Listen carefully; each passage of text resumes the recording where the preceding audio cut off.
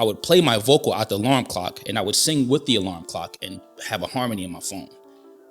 And that's just how I started. So I was singing. I was only in like the 6th grade. And so I began to walk. She was coming out of the bush. She heard me singing. And when she saw me, and she stopped and was like, what is something that you want to say or speak, or words of motivation that you want to give to other creators? Man, so I would just encourage everyone to truth in the air, let it speak. Because you're one of the few people I can call a lyricist, an artist. Okay. There's another word that I use, but vocalist, because you are pretty much like a full package, one of the few, right? Yeah. Because everybody can't rap and sing and carry a tune, carry a note, put out a whole album rapping, put out a whole album singing. Yeah. A lot of people can't do that. And that's why I put you in that, I don't even want to call it a box. That's why I put you in that space. And I appreciate it, man. Yeah, you one of the few. So yeah, take that, you know. Yeah. No did it. Take that. I take it. Humbly.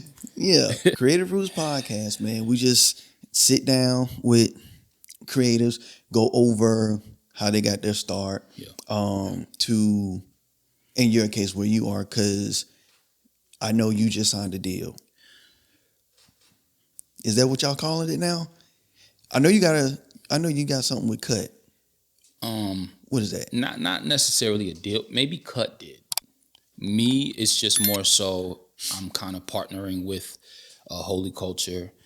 Then we'll call it a partnership. A partnership. He got a partnership. That's what we're gonna call it today, for the sake of safe terms. Yeah. But y'all, this is one of my brothers, Ron Smith. Is there anything that I'm missing out of this intro? Because I know I'm missing something. It's good. That's good enough, man. We're gonna run with that. Yeah, we're gonna run with that. Yeah. That's more. We're gonna run with that. So absolutely. I know for both of us, Jacob, your phone is loud. I know for us. Oh, by the way, I don't cut any of this out. All of this is going in the episode. All of this is going in. I know collectively we've been doing music together 10 plus, a little bit over 10. This is 2025, so yeah, it's about a little bit over 15. Yeah, about ooh. It's been a while, bruh. Y'all I think I met old. y'all. When did I meet? What 20? Livingstone College? Yeah, 2013 maybe. Yeah. So it's been a while. It's been a while. It's been a while. Definitely been a while. So we're going to go ahead and kick it off. So the first question that I really ask everybody, that I really have in general, is where did you start? Like, when did this space become somewhere that you wanted to be? Honestly, it started when I was young. So my pops is a gospel rapper. He's been a gospel rapper. Well, before he was a gospel rapper, he was just a rapper. And when I was a child, he would just play music all the time. He would have his studio set up. And so when I was a child, I really didn't know what was going on, but it did interest me. And so when I got around the age of 8, I started trying to write my own raps. And so really my dad introduced me into the scene. So I'm from New Jersey. I grew up like, Chinese food, karate, rapping. That's it. Chinese food, like karate. Wu-Tang. That's it, for real. Like my pops, all him and his friends wanted to do was just make karate rapping videos, literally. And so eventually I started rapping. I didn't even sing, Yeah. I'm gonna tell you a little story real fast. So the first time I tried to actually sing, I was in the middle school, and this girl, I was walking down the street, and there was like a bush, and this girl was like behind it. I couldn't see her, so she was coming out of the bush. I was going to school, and I was trying. I would sing by myself, when nobody was around, and so I thought nobody was around. And little did you know. Listen, dog. So I was singing. I was only in like the 6th grade. And so I began to walk. she was coming out of the bush. She heard me singing, and when she saw me, and she stopped and was like, "Never sing again." Whoa. And so that, excuse me, that crushed me, bro. It crushed me, and so I stopped, and I wasn't good, but that's how I got into music. It was just my father really just submerged into rap. So you pretty much just watched him do what he do, and was like, let me see if I can dive into that space. Yeah, him and his friends. He had friends that loved rap, so they had their own studio, and we would go to the studio. And for me, it was just like I didn't feel like I had the talent for it, But there was one day in school where I was in an English class, and I realized that I had a gift to write poetry, and so poetry is really how I started to rap. And then when I was about 9 years old, 8 or 9, I wrote my first rap. And that's how it kind of just started. And then from there, I just started to branch out on my own, and I really took to it.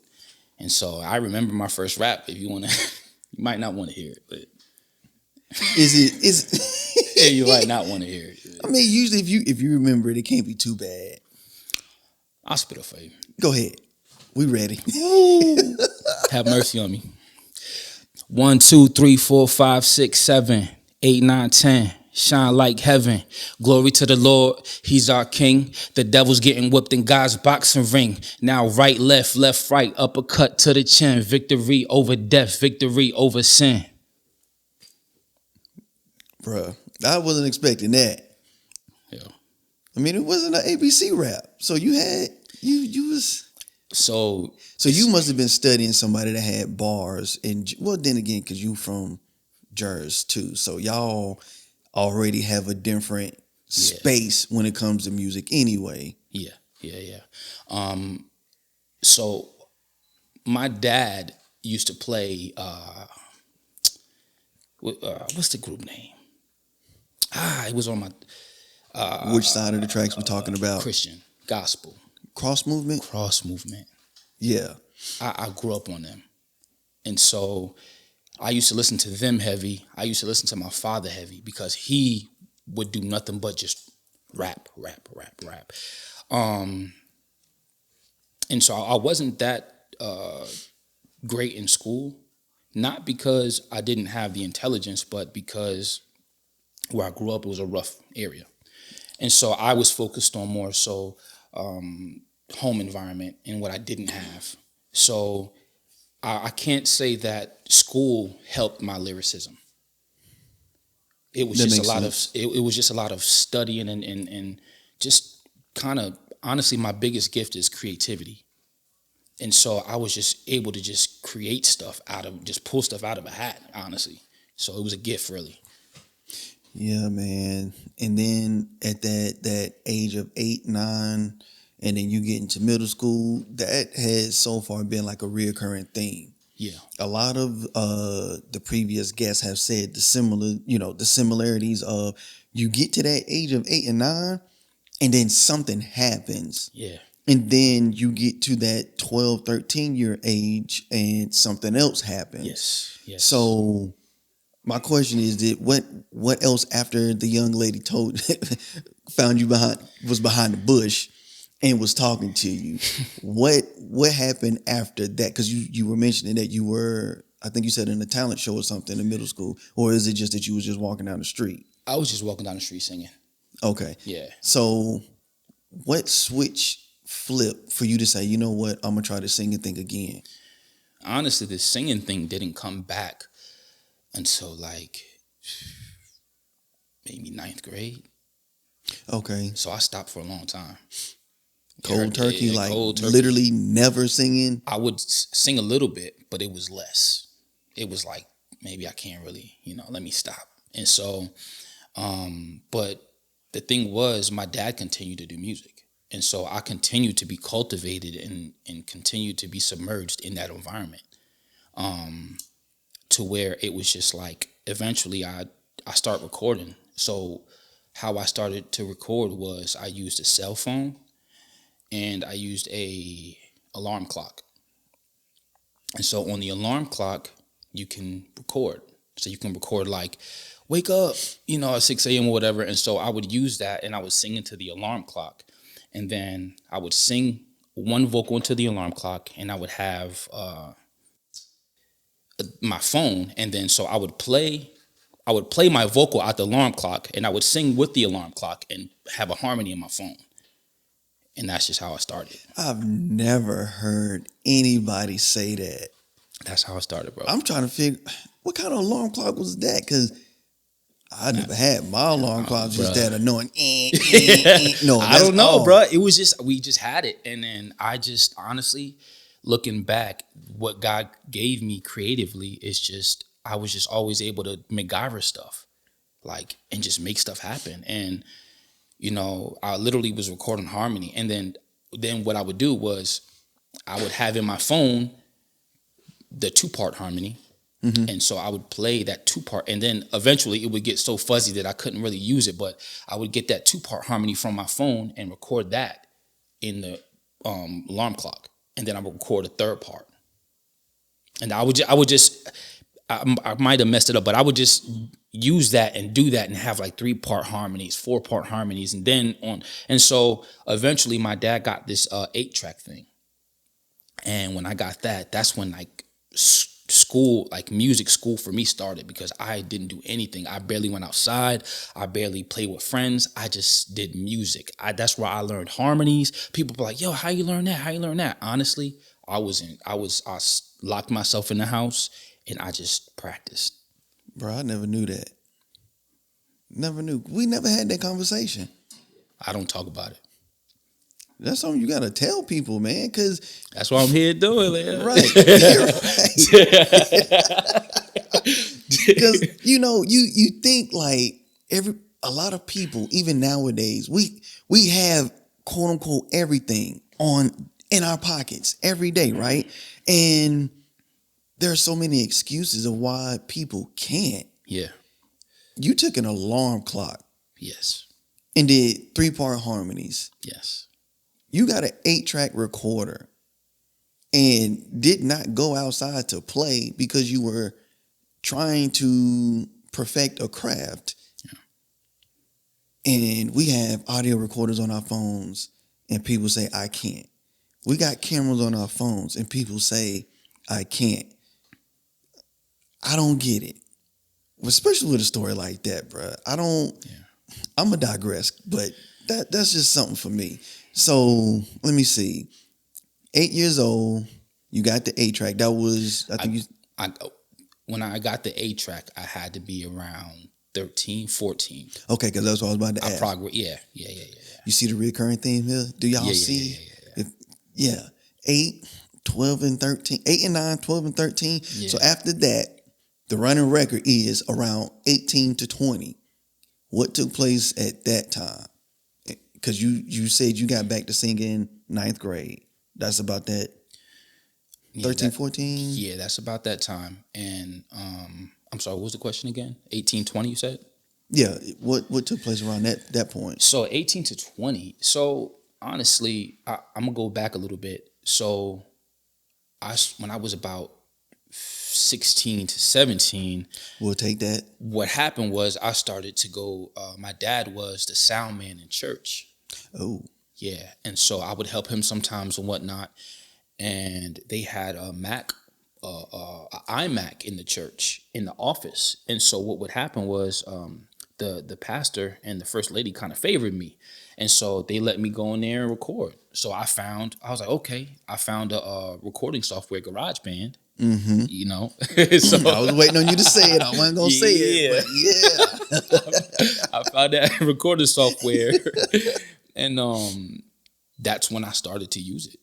I started to use it there, and then I started to use it. I was working at the Boys and Girls Club of Monmouth County in Asbury Park, New Jersey, and I was using their iMac computer, and so I was I was going to work, submersing myself in the music.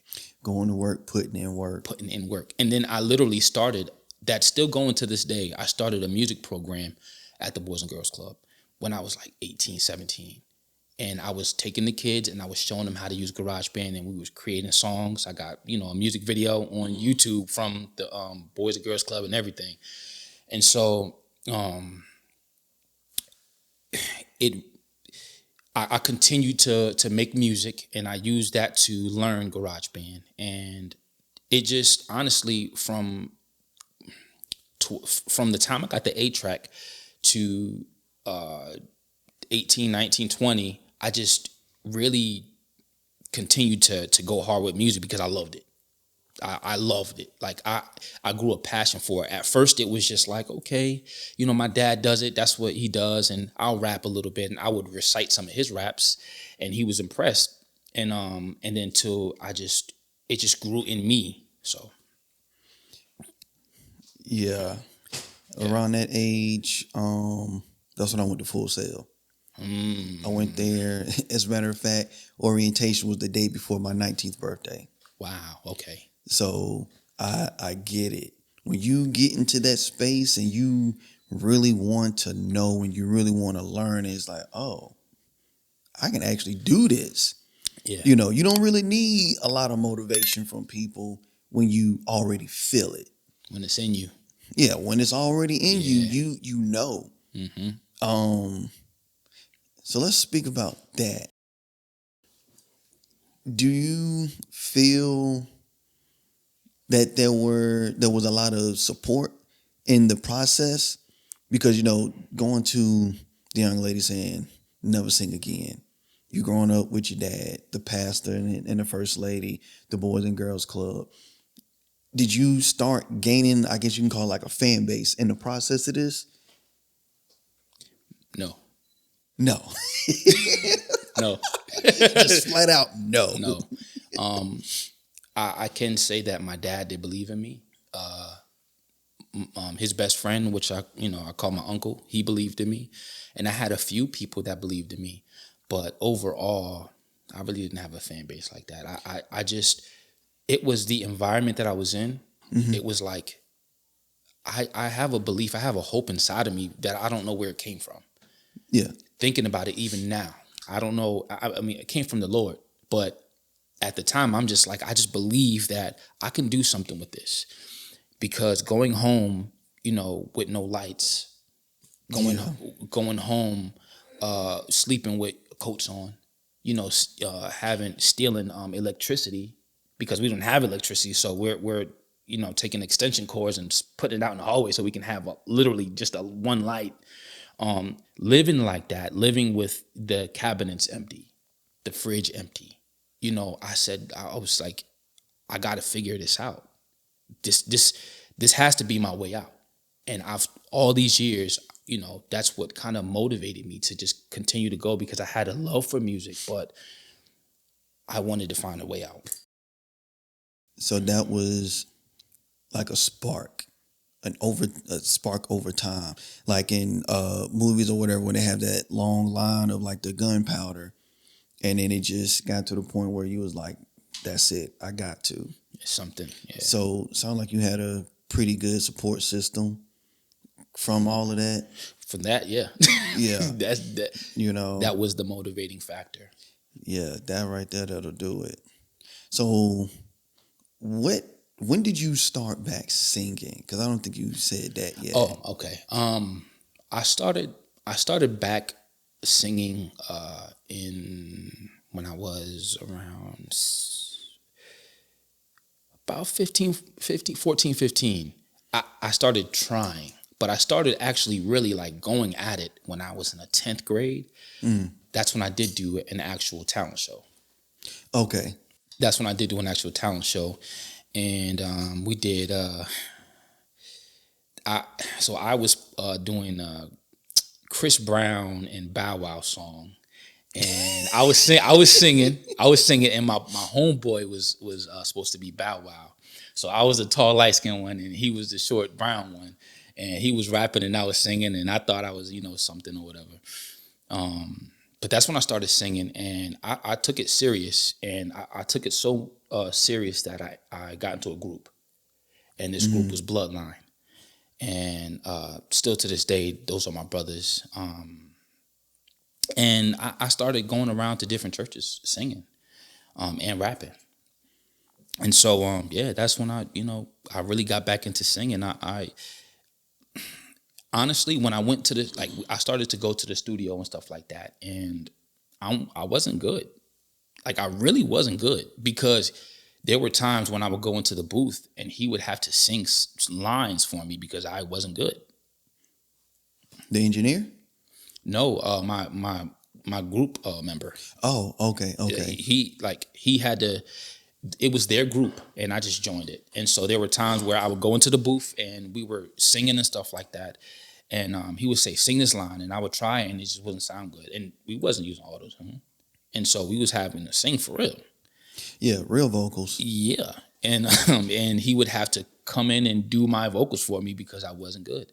So that's just a testimony of hard work and dedication. Like, I was trash. And a lot of people won't say that about themselves. Man, I was just trash. crazy. I still got recordings of today of the 8-track. For old keepsake, for memories. Trash. Remember where you come from. Yes. Yeah, I have none of that. I kept it. I keep stuff like that, man, because I just I want to wanted know. to. Yeah. I wanted to, but I don't know where any of that stuff ended up at. Because I mean, back then we were recording straight to CDs.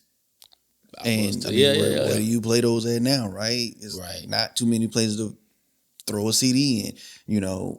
Not a lot of. I don't even have a DVR. Do I have a DVR? I would ask Jacob, but he don't even know what a DVR is, so we're gonna leave that alone. Is it a DVR, Shamar? Yes, it is. DVD. Anyway, I'm gonna digress from that because now I'm over here making myself look and feel old. Hey, I got the actual CD still, and I I converted it to an MP3.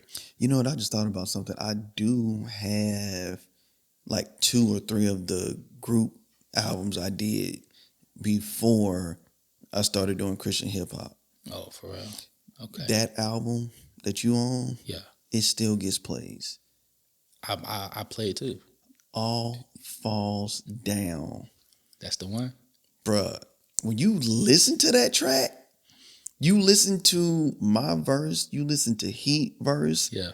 and then the vocals you put on that, play it in the right system is gonna make somebody cry. I don't care how hard that beat goes, the lyrics and the vocals.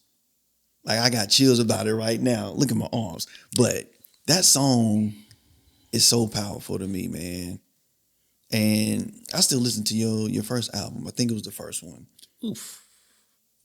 Yeah. Cringe. Not even. Cringe, dog. Not even. Not even.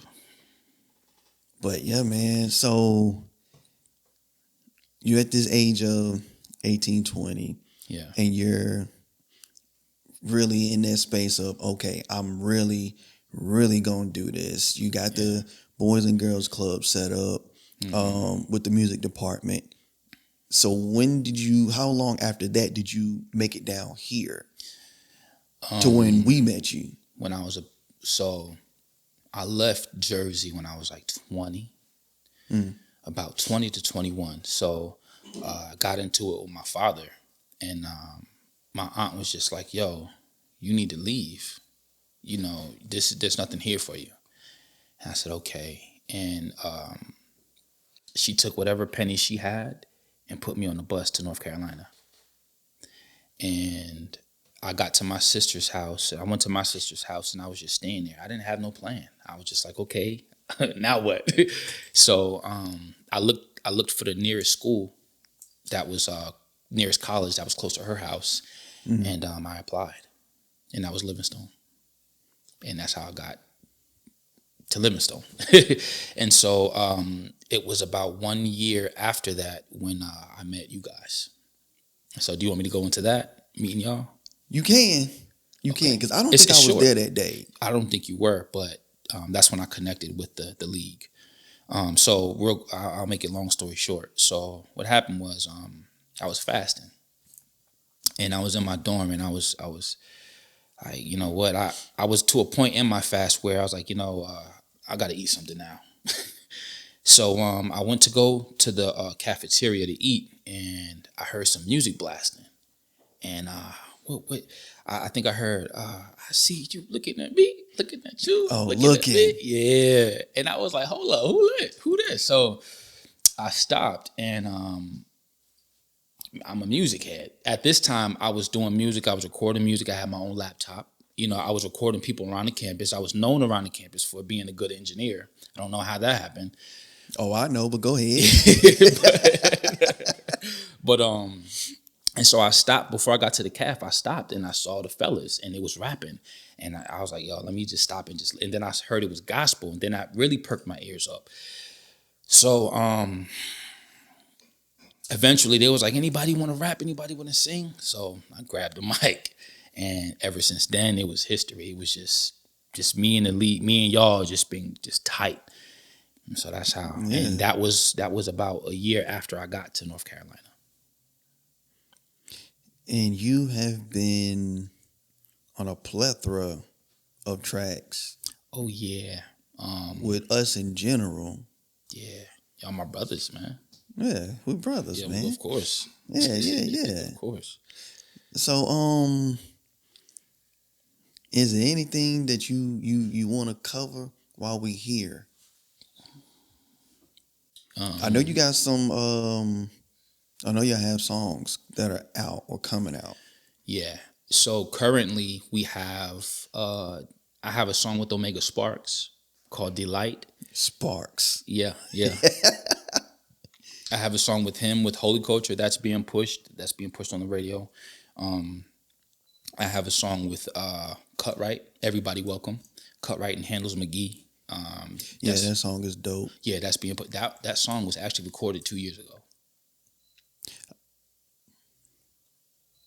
It's been crazy with that song because there was a sample that is right. Cleared. I was trying to remember the backstory. Yeah, so it had a sample, couldn't get it cleared, so y'all had to pivot and change some things with the track. Yeah, I wish we could have kept the original, but I'm still happy that it's out.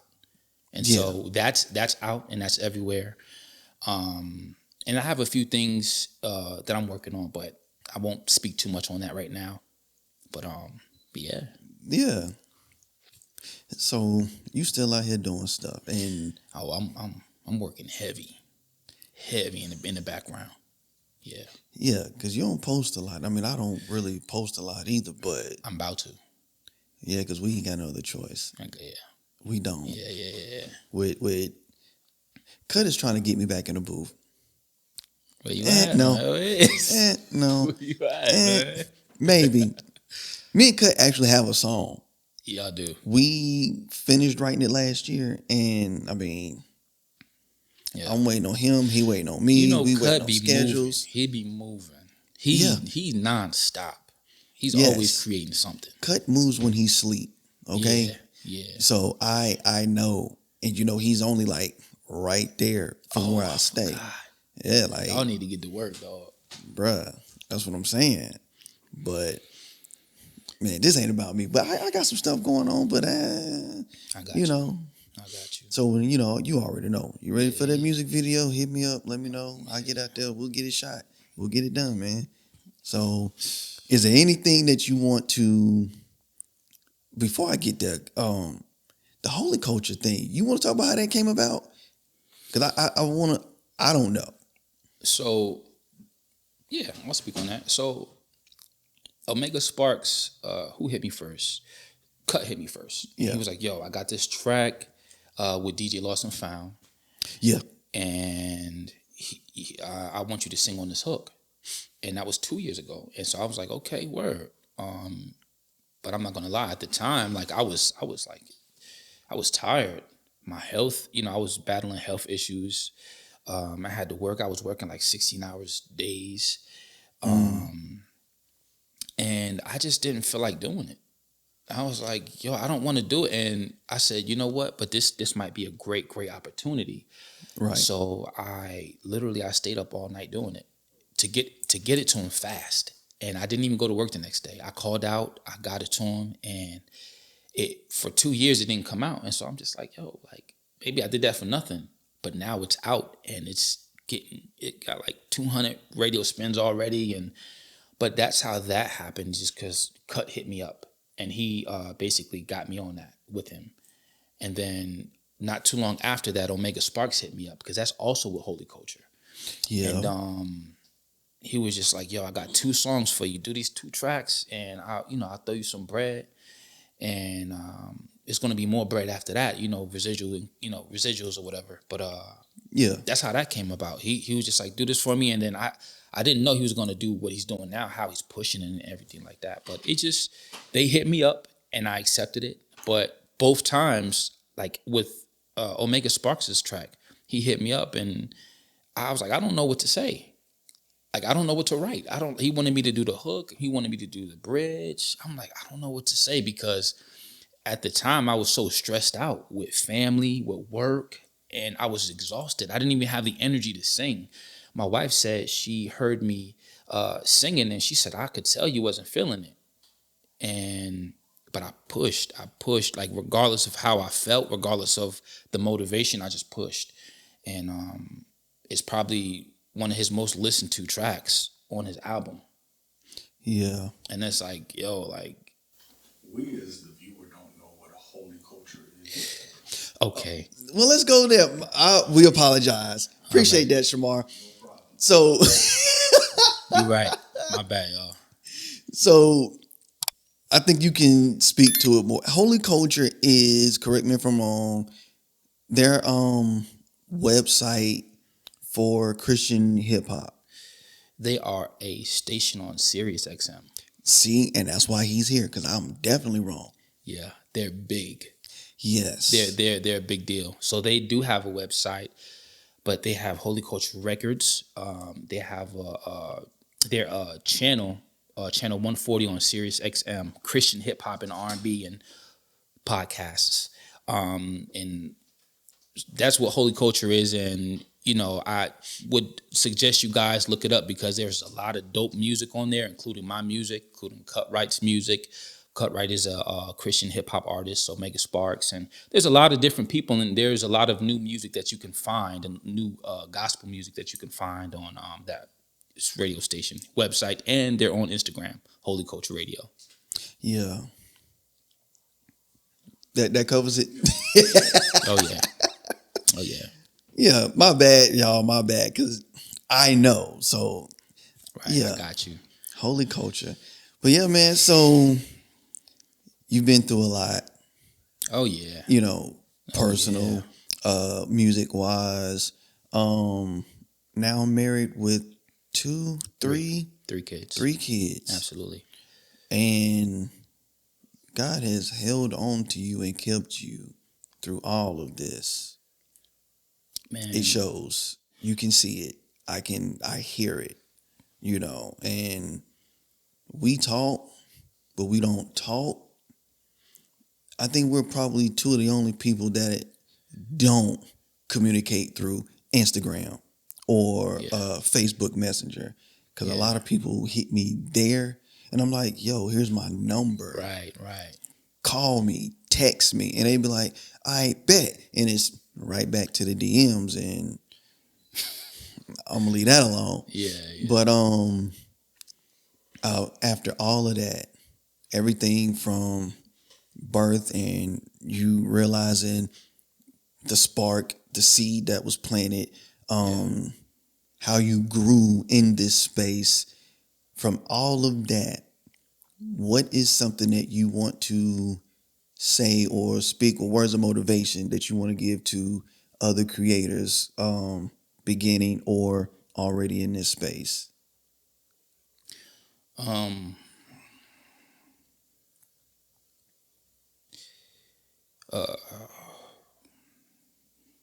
Man, so I would just encourage everyone to put God first, because without the Lord of my life, without my Savior Jesus, like, none of this would be possible for me, and none of this would make sense for me to even do, because my creativity is hard to separate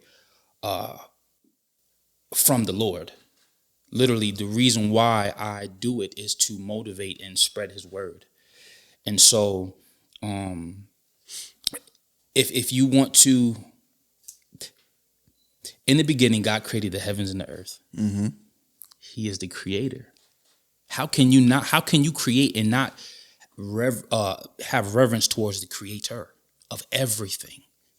Y'all, he about to start preaching. Like, Let's go. I just am, man. I'm holding back tears right now because I didn't even think that was going to happen. But so you, again, you just want to bring it back to the basics. The basics are the Bible. The basics are just connecting with your Father. And when you connect with your Father, you connect with the purpose. And that's when creativity just flows out of you because he put that in you to begin with. So it's simple, it's basic, but connect with your Father, your heavenly Father. That's it. I'm not even going to go further than that. We're going to leave it at that then. But if you want to go a little bit further, let me know. We'll bring you back for part 2. Bring me back. Yes. Bring me back. We can go deeper. I'll go deeper into my story. Yeah, we can do that. Because I had a crazy story. Yeah. Because creative roots, everybody's roots run deep. Yes. Everybody's roots run deep. And I'm not talking about the whole my ancestors thing. Right. I mean, right. you know, I literally just talking about individually. When you become of age, whatever age that happens at, there have been things that have taken place. So you're grounded somewhere, you're rooted somewhere, you're able to stand firm and stand tall in whatever space or realm you're in accordingly. Yeah. Sometimes you might have to chop down the tree and you know, uproot the tree and go somewhere else. Or, you know, even like with plants, when they get to a certain point, you have to, is it called repotting? Okay, you have to repot the plant, you know, because you've outgrown that space. And I think, and I feel like I'm going there.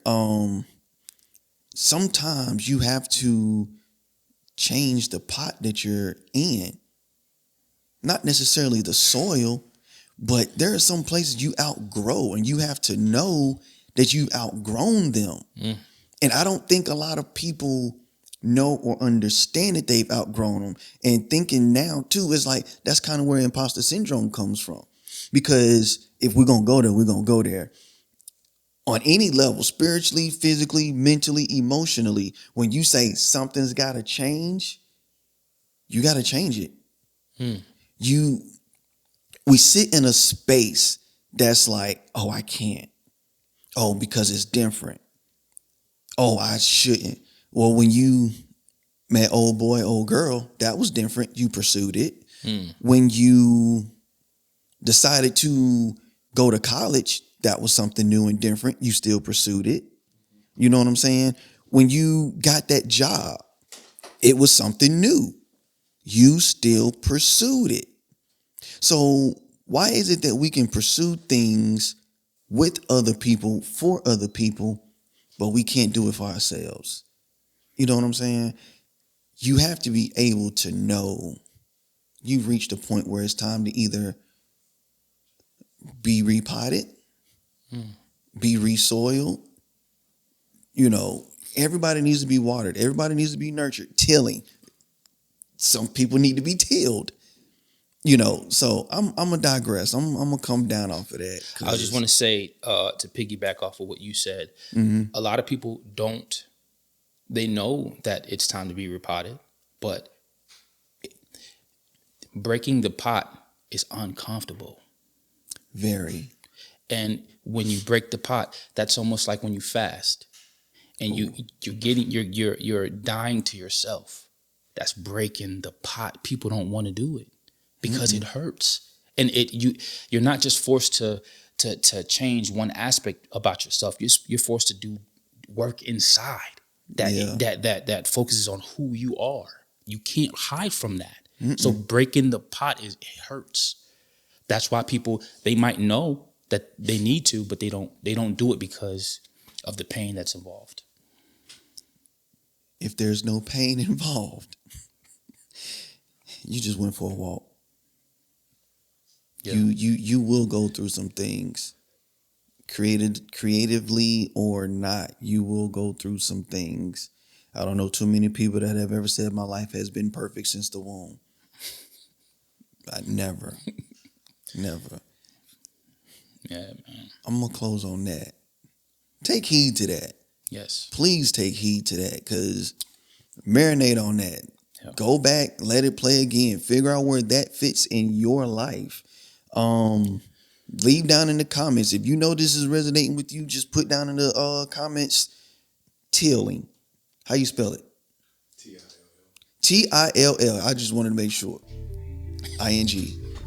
Tilling. Put that down in the comments. But Ron, I appreciate you.